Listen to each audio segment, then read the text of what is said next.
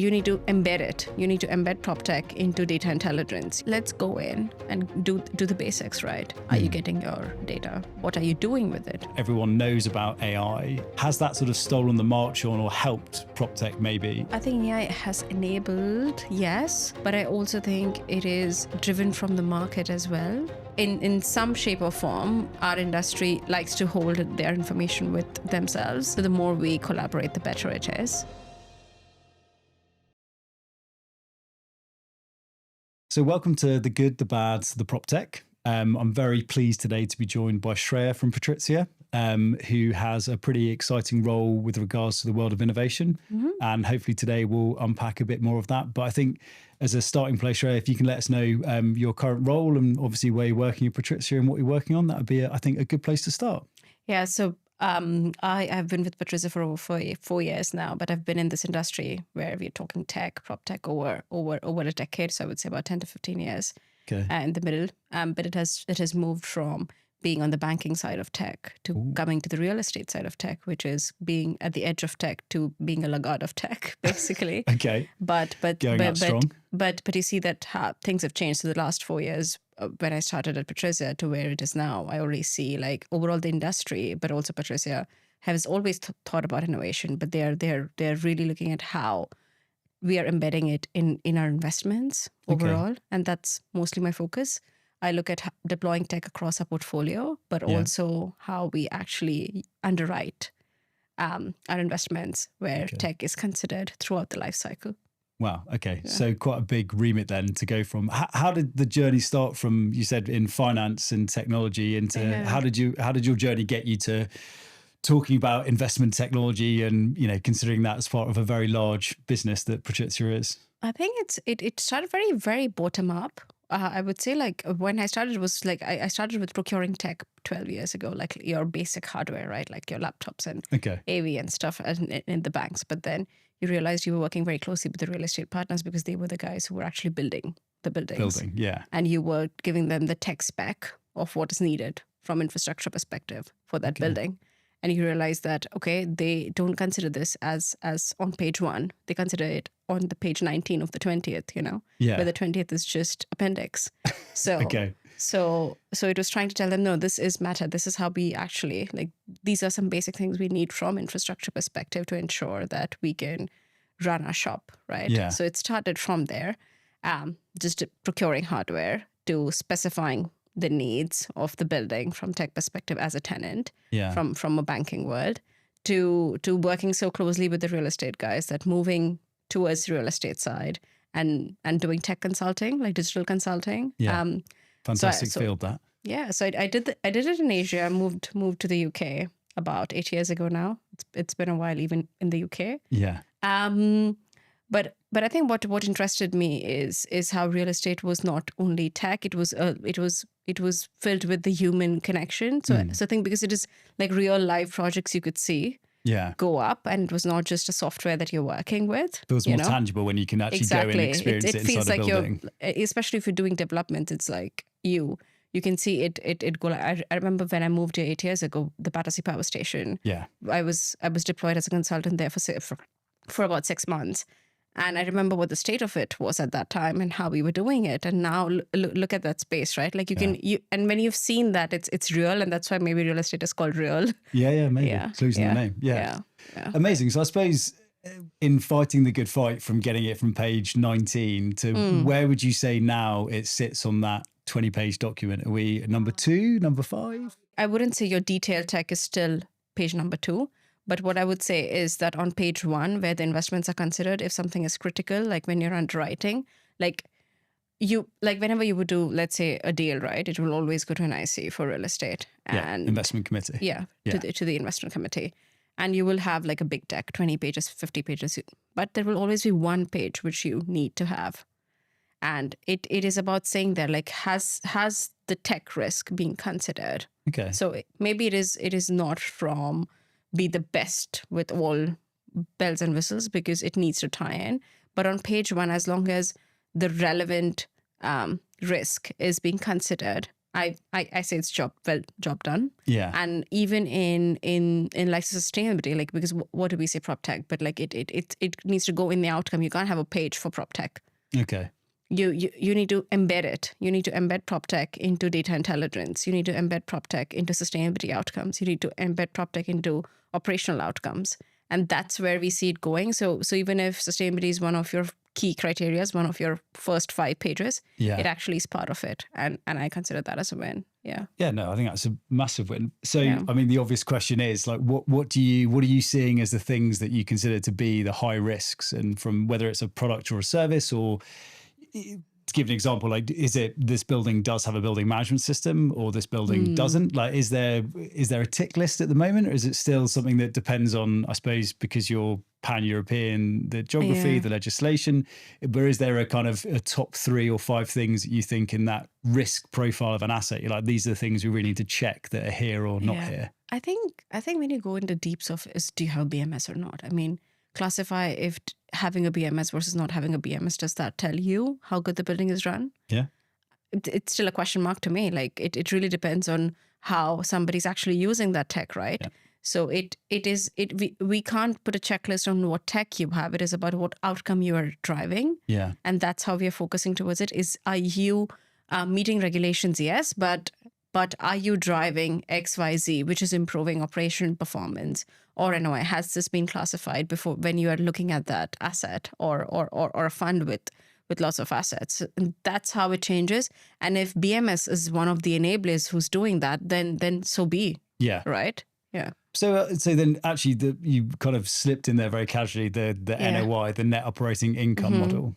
And technology solutions, a lot of them will have a software cost associated with them. And that cost is typically borne by a service charge, which, with increasing scrutiny and pressures and cost of everything going up, the concept sometimes, and we debate a lot around return on investment with software platforms. And I suppose when it comes to looking at risk of the outcome of what you're doing, adding lots and lots of technology adds lots and lots of cost. Yeah. So are you looking at it as actually there's got to be a balance between the spend on software is this much, but the outcomes are driving, 1 + 1 = 3? Or is it how forensic, when you're going through the due diligence of it, is it a good thing to have lots, or can sometimes it actually be a bad thing because it's adding a huge amount of cost to the service charge? I think it's known the more the amenities, the more the service charge. Like PropTech is part of the amenities, right? Like the more the amenities, the more the service charge. But it's not going. It's like taking digital as part of seeing how you're driving that operational performance again. I think there was some study, or maybe I'm making this up, but I think there is a study from where ULI and PwC published it last year, where they said operational performance is one of the 3 criterias that people are looking at IC before investing in it. And like the investors care about it because they want to see at operational performance of how it's being driven, because that's where the leakage happens. Everybody thinks about CapEx, but the actual leakage is happening during OpEx, because that's not being managed that well, because 80% of your life cycle of the asset is OpEx, right? Yeah. And if and the fact that the investors now understand that, and they are also driving it, so it's coming top down as well as bottom up. So it is coming from obviously the tech providers saying that we can do this, but it's also coming from investors, from fund managers saying like, no, we see this actually changing the game. But there needs to be a fine balance, because I think there still needs to be that bridging that gap between both of the parties happening. Because if you take innovation separately, you would want all tech to work, all tech to be there, right? Like, that's the goal. That's the goal. Like I've been on tenant side or as a consultant side, and that's what I used to think. Or even in an innovation team within PATRIZIA, where we used to be like, everything should be adopted. Why is it not? Like that's. But the last couple of years, the way it has gone is we've moved within the investment division. We have said, okay, fine, you want it adopted, go and drive it, sit within the same team. Yeah. And then when you sit within the same team, you realize maybe everything doesn't really tie in. It doesn't add up. You maybe don't need everything. And that's why you have to go at an asset level, because each asset is really like a snowflake, right? It's unique to itself. Which is, I mean, you've recently converged on that, the concept of a snowflake. Do you see that the moving towards a standardization or a concept of having the same things in every building to give you uniformity or consistency of functionality? Do you think that's what could be a solution to a problem of, as part of us, we've seen some institutions look at having onboarding certain providers, and then they push those providers downstream into all of their assets, and they kind of make it mandatory to do. And then you have the same in every building. Or is it just not that simple that you can't just say, we're going to use this thing everywhere? I think it really depends on the portfolio. If your portfolio is 80% plus London office assets, yes, you can do that, maybe, because it's literally coming down to geography and the sector. I am looking at pan-European, mostly pan-European. Of course, we have international investors, but mostly when you look at pan-European, different jurisdictions, different sectors, and different rental yields, right? And different needs of the tenant. What an office London asset needs, maybe an office asset in Dresden doesn't need. So it can't be that, and that's wide scale. But what you can have is a playbook, maybe, of how things work. But still, you need to, like, given AI, and it was only time that we mentioned AI. Of course. The agentic AI workflows you can input within your playbook, so that your playbook is not a PDF document which is as good as 3 months ago and not as good as today. So you need to fill in those agentic AI workflows in a way where you also have a human layer, but you ensure that you are going with the demand, with the demand and looking at what's happening in the world, but also understanding what the tenants are asking you. But saying, hey, this app across all my portfolio is a cost, unless you are really saying, no, this kind of insights are helping me, because your tenants may not even give you the insights. So I think we need to first start at an asset level. Prove it for each sector, each location, before you do those. Okay, take these 5 tech and roll them out everywhere. It's just not that simple. It's not that simple. Which is, I think, one of the big challenges we definitely see as far as the concept of going, from pilot to scale to portfolio. I think there's been, hopefully slightly disproven over the last certainly 5 years, of that concept of it's just not that simple to get into PATRIZIA, get one building, and that means they're going to roll me out across every single site. It has to be an asset specific plan alongside the investment strategy. It doesn't work as, it's not the keys to the kingdom. Now you're approved, you can be everywhere for us. Yes, but also what you can have, like what you can scale, is the playbook. Your playbook you can scale. Absolutely. That can be across all your assets, funds, jurisdictions. But what tech actually goes into each building, the actual hardware that goes into each building, or that can't be scaled. That can't be scaled. It has to be very specific. I don't need an occupancy sensor in each and every of my building, because there is a possibility, if I put it, I might have a tenant like a financial bank where I worked before, would come and say, rip all of that off, because we used our own stuff. So and that's why it needs to be very careful on what you do, what you still need to do. And I don't know, like my tech peers would hate me to say that, but you still need to do smart enablement. Right. And whenever we talk about enablement, they're like, what do you mean by enablement? It has to be. I was about to ask the same question about a playbook. It's like a playbook could be a huge amount of things. But when you say enablement, what does it mean in your mind? It's so if you're doing a big CapEx investment or a retrofit, you have considered enablements of as good as fiber flowing in the building, something as simple as fiber in place. So tomorrow, if a tenant even doesn't want to use it, there's at least a fiber. But when that tenant is going to move in, another tenant asks you to take over and do all bells and whistles, you can do it without having to open ceilings and open floors.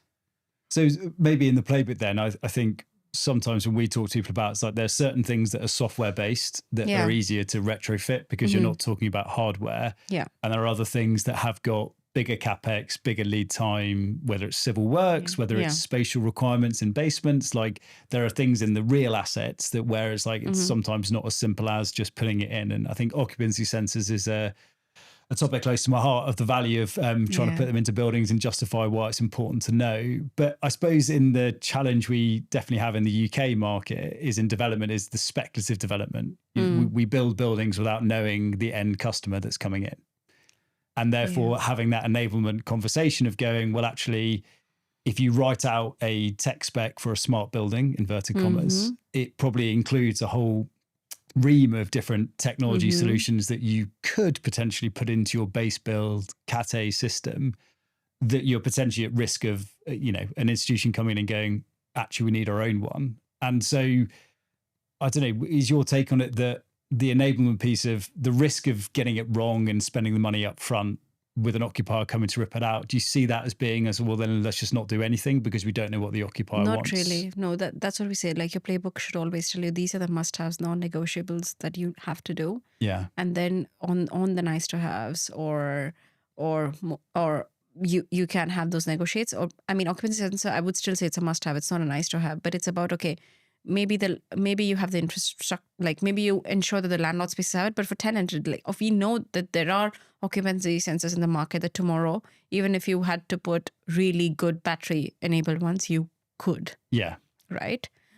But if you can wire in, do it. But maybe, do you want to procure sensors? Sensors could come in last second. Yeah. It doesn't really have 6 months of lead time, right? Like you could in advance, like, yeah, so I think that's the negotiation you need to get down to. About. Yeah, I suppose then in the playbook analogy, which I really like the idea of it, of kind of giving people the tools to go and do it. We often talk about you can't buy what you don't know exists. Yeah. And so therefore, like with those people, because it probably isn't you in those tenant conversations, unless maybe it is, I don't know, you might be very busy if you're going to every occupier across the estate. But in that playbook of what you're doing, do you see it as being a tool to educate people to explain that by coming to this building, you have the opportunity to embed more technology into your workspace, into this asset? Like, do you see that as being led by, it's one of the, my closing questions we'll just do now is sort of, who is the person using the playbook? Is it the asset management team? Is it the property management team? Is it the brokers? Or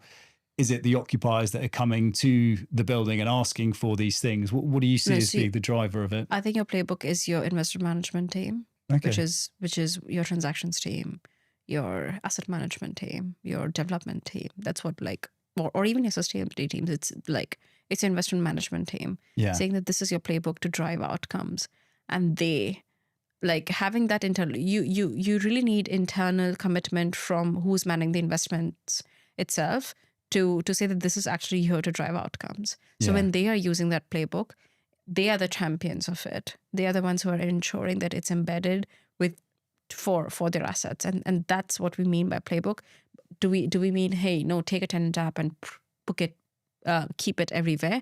Probably not. But these are the added values for your particular sector that it would give, and this is how the outcome would be driven. Yeah, we probably have a few suppliers where we have framework contracts in place with. You could use them.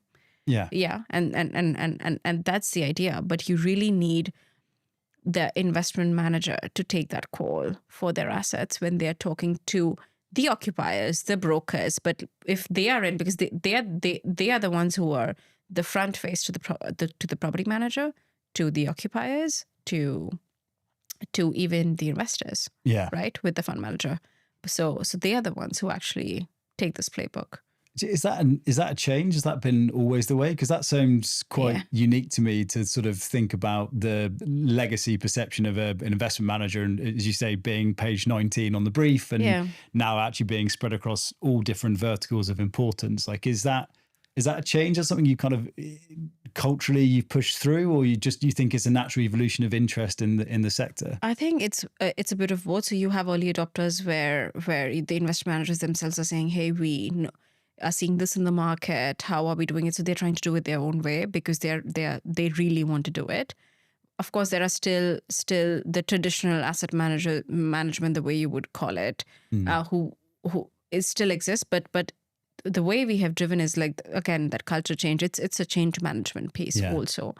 Our team used to sit separately siloed in an innovation team where you're doing all kinds of tech innovation. Of course, you learn from it. It's amazing. We did lots of pilots and we we were ahead of the market. We were also doing, I don't know, like blockchain piloting, Wow. like, and this is, I'm saying 4 years ago, not so it's, but when you sit within the investment division, you come closer and you realize blockchain, we can talk about that later. We'll get there. We'll get there.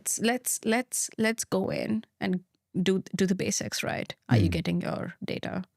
What are you doing with it? Because the last 5 years has been more about shiny dashboards or within PropTech, but now I think we are moving out from the shiny dashboards to what is the outcome that you're being driven. I don't care if I can see things on the dashboard, but what's the outcome that I'm really, really driving? Yeah. And that's a change management piece that we have led internally.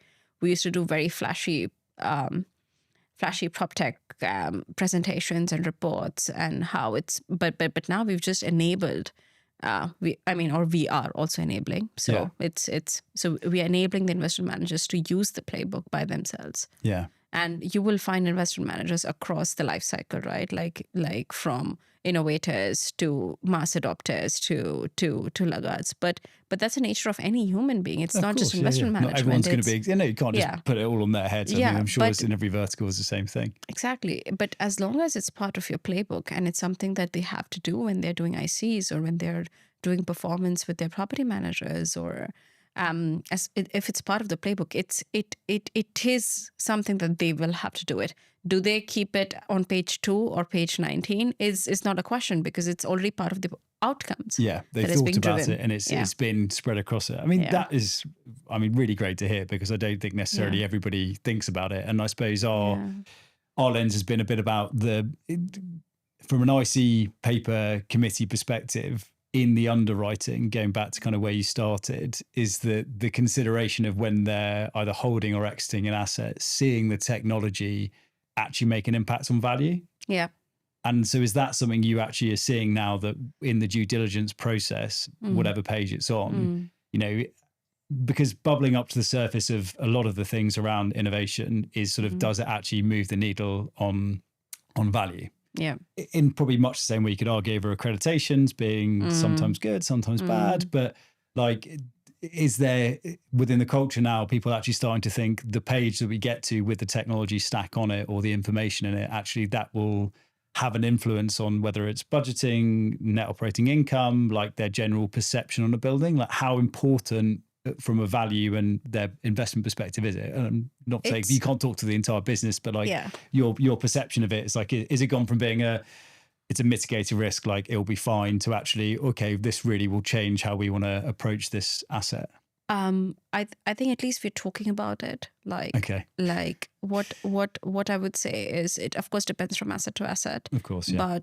But we are not going in a way where 90% of the time, maybe for an asset, you're talking only financials and only what you think is great. And the last maybe 5 minutes, you end up saying, oh, by the way, there's this risk. OPEX is probably too high, but I don't see a problem. I'm not going to write. Like, it's going away from, okay, but I see these risks on this. Let's talk about those first. Yeah.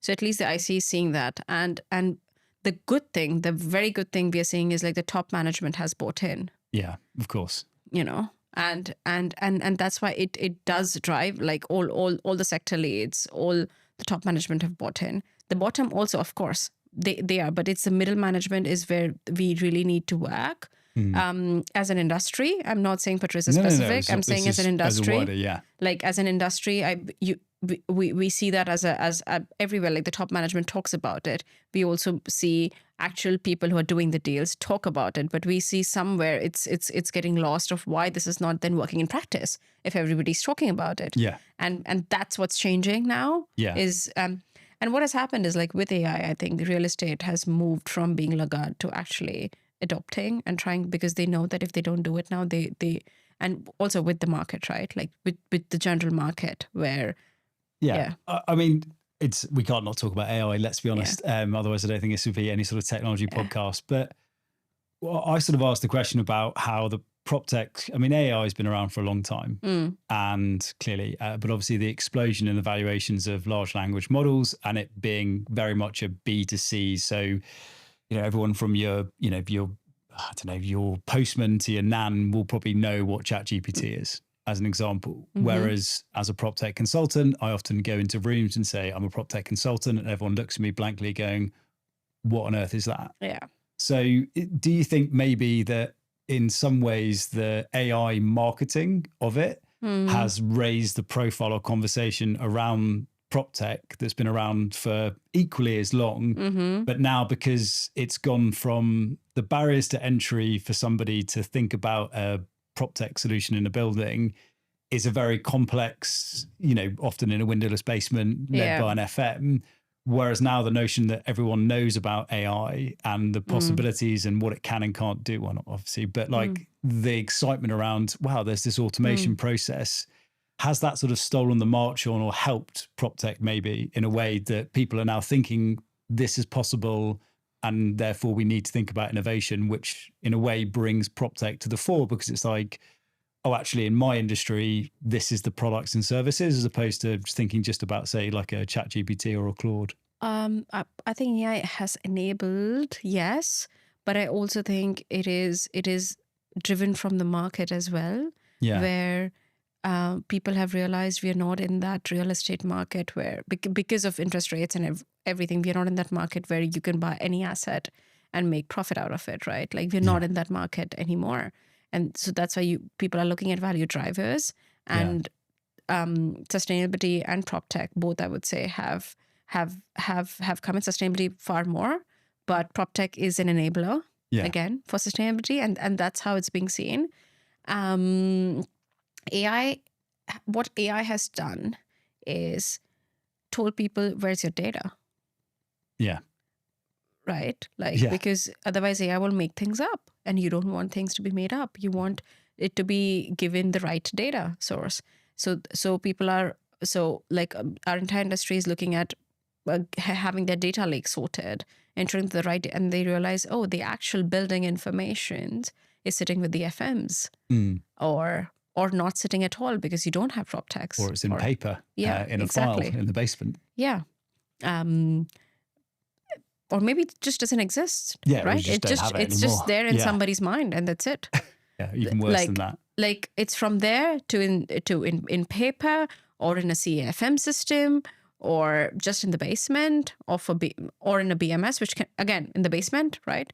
So they've realized that, okay, building information is not the same. Same goes for tenant app, right? Like it's still with that building, but how are we actually taking all of the building specific information to understand where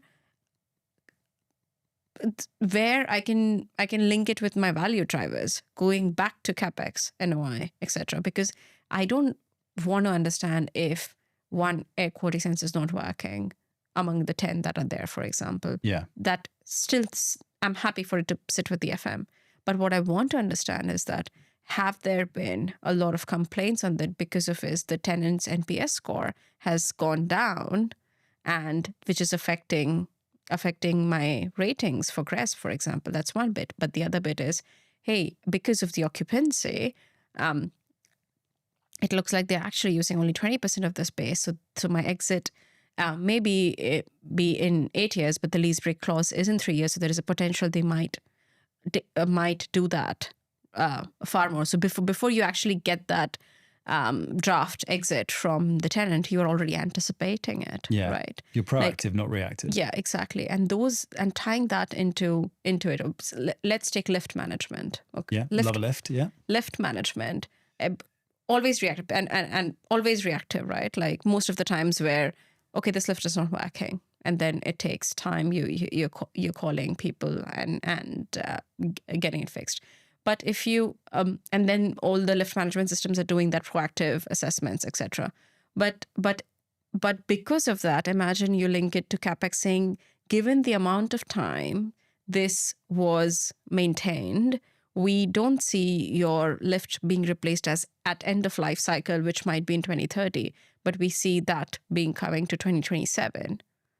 So how does your scenario model change? Because your lifts are not getting replaced in 2030, they're getting replaced in 27. How does this change from your CapEx? So if you cannot autonomously have a risk score to it, which you can model, investment manager would never know about it. So he will never model that scenario. when he's looking at how good that asset is. So that's the thing. And I think that's how we make it outcome based. Yeah. And to do that, you need PropTech. Well, you need access to the data. Yeah. There needs to be a data lake environment, there needs to be a product or a service in, whether it's a manual input to a data platform that is then centralized in the lake, or whether it's a specific product that's solving that problem. But the bit that we often ask people are going, I would like this data. I'm like, great, what are you going to do with it? And if you don't have an answer to that, then you probably don't need to buy it.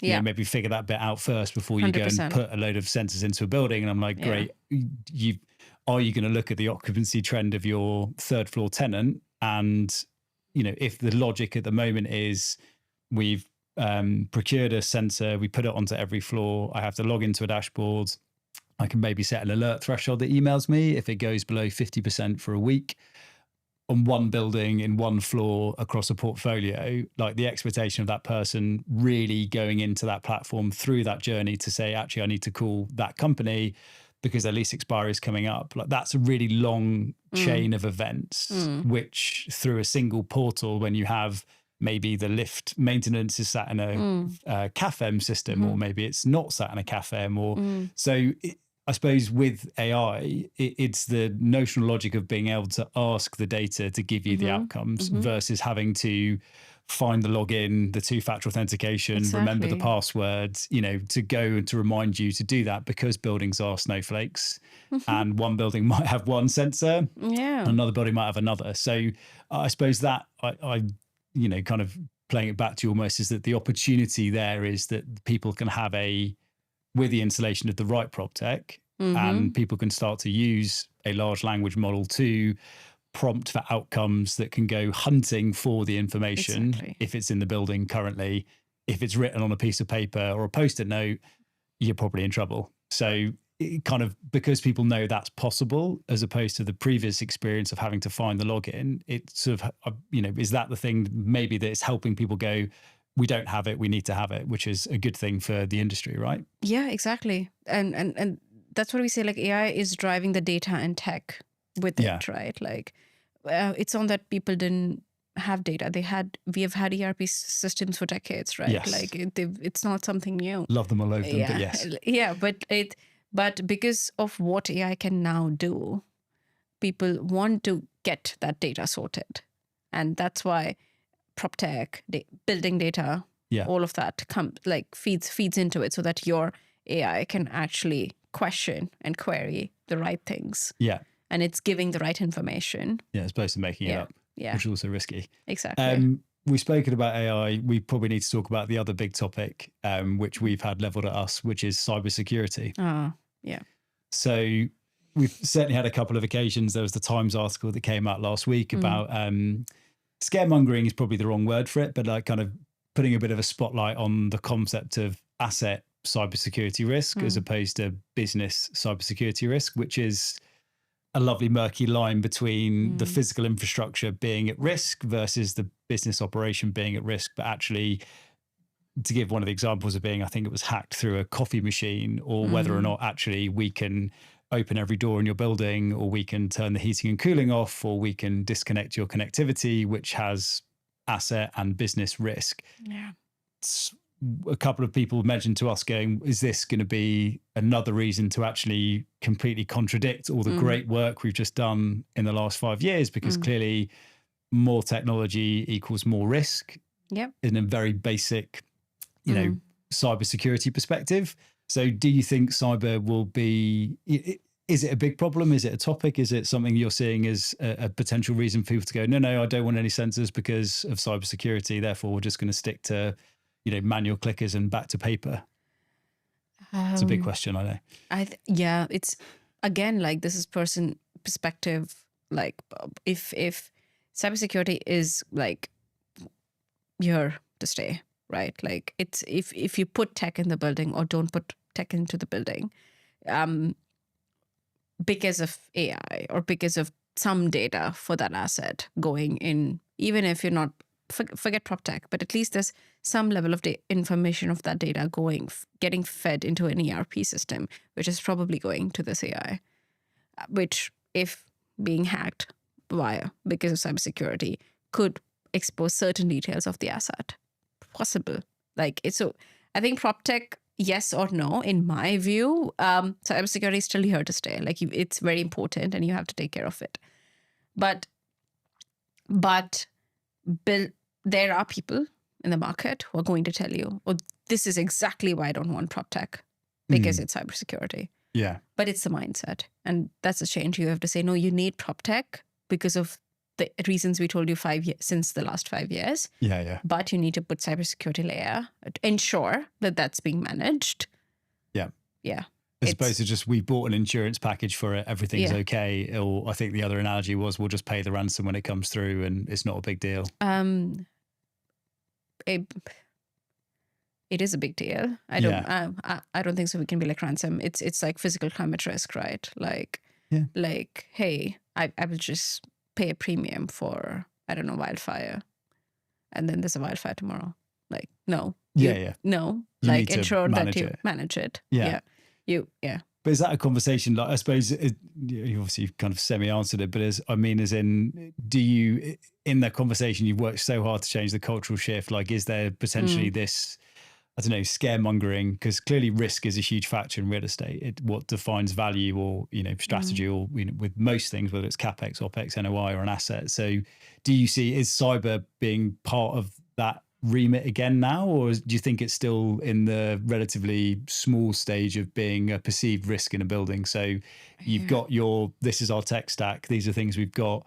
Is cyber a line item? Is it still not there yet? We have it with respect to have you managed like certain certifications, etc. Like have that been done. But when it comes to operations, we work with we pass that on to our property managers. Yeah. And it's part of our property managers agreement where this is part of it and they get points on it. Yeah. But do we go into the building and check? We don't, because we're investment managers, of right? Course, yeah. But it's about, how you're handling it is important wherever you have tech. But you will have naysayers. But that doesn't mean that we stop doing the good things. Like we moved from I don't know, like we are on our smartphones today, right? Like we don't still use BlackBerry because no, we think BBM is more secure than WhatsApp. No, we still use WhatsApp, right? Yeah. If it would be like, how will you communicate today in the world if you wouldn't have moved, right? Nobody uses BBM anymore. No. So I think that's the thing, right? Like you have to move, but ensure that you're securing it. Which I obviously wholly agree with. That it's actually kind of throwing baby out with the bathwater, which is cybersecurity risk. We'll just have everything on premises again, and we'll not do any of these things, and we'll just say no to everything because it's a risk. It's actually just manage the risk, and you'll probably be okay. Exactly. To use my favorite analogy, just make sure your building manager's password is not written on a post-it note on the building management system, and you'll probably be in a slightly better place than you are today. Yeah.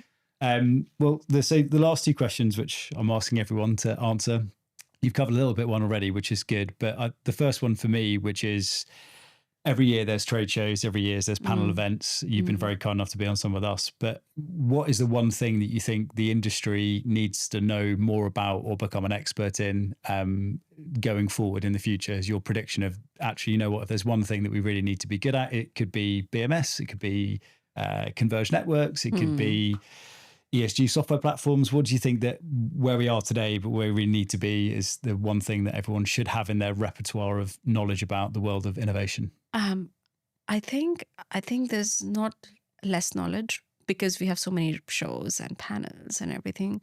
There's enough depth of knowledge for people to go and get it if they really want to go and get it. Yeah. What is I think still like end to end from janitor to the CEO, everybody working on the same page should be still the goal. And which is going back to basics, yes. But it should still be like everybody for that building is on the same page, from tenants to the operators to the investment managers to the investor to everybody is on the same page for that asset. I mean, even within PATRIZIA, we see collaboration is the key word, and it sounds like we've always been doing this, but in some shape or form, our industry likes to hold their information with themselves. Yeah, and I think the more we open with each other, because it's good for all of us have the interest within the same asset or the same fund. Yeah. So the more we collaborate, the better it is. Yeah. I think we still need to just focus on that. Everything else is available in the market. We can still go and get it if we really want to go and get it. Yeah, no, I like it. So literally collaboration, as you say, from the janitor to the fund manager, I think is a way to all buy into the same problem as opposed to worrying about just one specific problem. It's like we're actually, the more we share, the more value we'll get.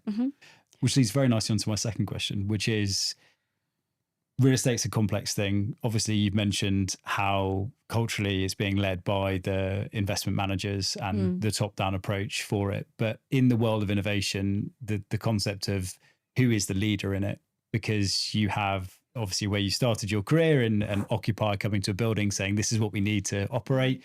You've got the property managers managing cyber risk. You've got investment managers looking at the NOI, the strategy. You've got facilities and janitors, but with obviously a broad spectrum of technologies out there, but who do you really think should be the one in the industry that's like, actually we're the flag carrier of, we're going to find it, we're going to drive the standards, we're going to push these things through, we're going to be the subject matter experts? Is it one person, or I suppose you might have answered it already, that you think it should be everyone that has a knowledge and pushing it forward?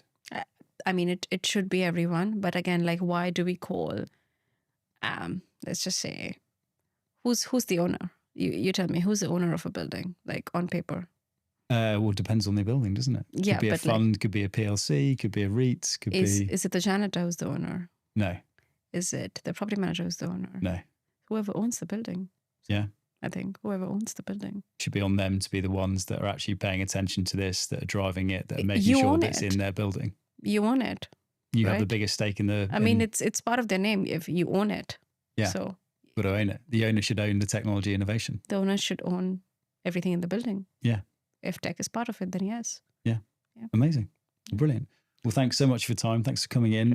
Thanks for sharing your insights on what you've done and the cultural changes you've been seeing, and amazing to see the page 19 hopefully getting higher up the agenda for all things and all businesses. So thanks so much. Really appreciate it. Thank you so much. No worries. I'm looking forward to your podcasts. Me too.